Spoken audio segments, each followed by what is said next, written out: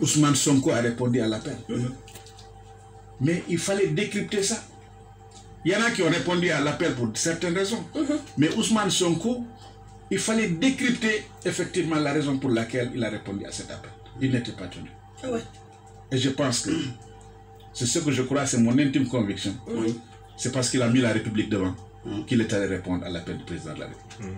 Moi, je pense qu'on aurait pu exploiter ça. Et surtout que c'était un appel, un dialogue national. On aurait pu l'exploiter. Malheureusement, on en est arrivé là aujourd'hui.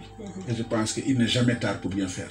Aujourd'hui, je pense, je ne pense pas seulement, je le crois, que le président de la République, il est isolé.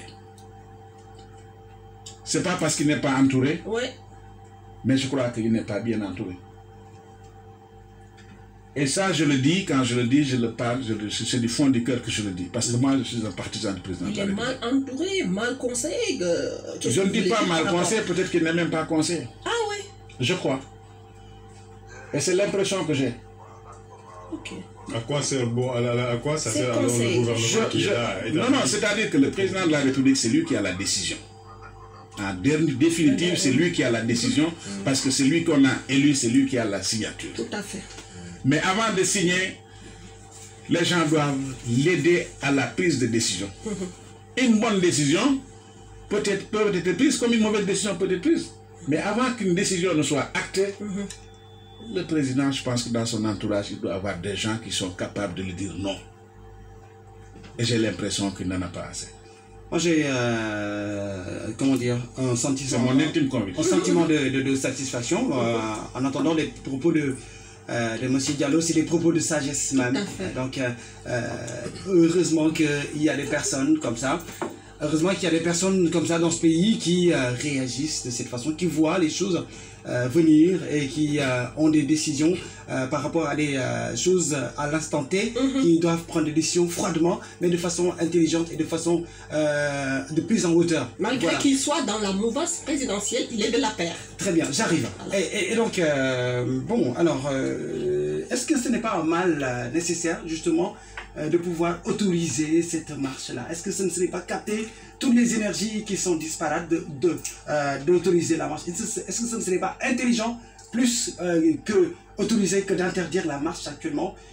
L'État gagnerait plus à autoriser cette marche que de l'interdire, parce que ça pourrait capter toutes les énergies, tous les petits groupuscules qu'on voit aller converger vers une seule marche, et là, ce serait plus facile à canaliser. Peut-être que dans ces conditions-là, s'ils sont là à écouter les propos, peut-être venant d'une personne comme vous, pourrait les capter et les faire changer d'avis. Mais bon, comme vous l'avez dit, il faut être réceptif pour comprendre, pour décrypter. Et malheureusement, ce n'est pas le cas actuellement.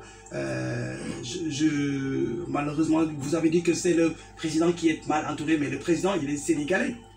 Même s'il est mal entouré, il est sénégalais. Le plus petit des Sénégalais, c'est actuellement qui a problème. Mais pourquoi lui, M. Macky Sall, ne sait pas qu'il y a problème? C'est ça ma préoccupation. Oui, le pays prend feu et lui, il est inconscient. C'est pas possible. Je n'irai pas jusqu'à utiliser ces termes. Pour revenir à la marche, moi je pense quand même que nous aspirons tous à un état de droit. Je me le demande.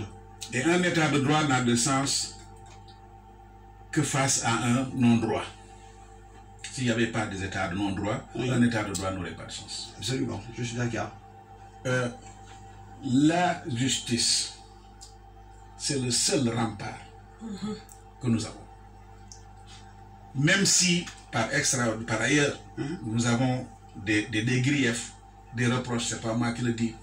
Il y a même dans la magistrature, on le voit à travers l'union des magistrats. Exactement. On sent qu'il y a des problèmes. Exactement. Et ça, on ne peut pas se voiler la face.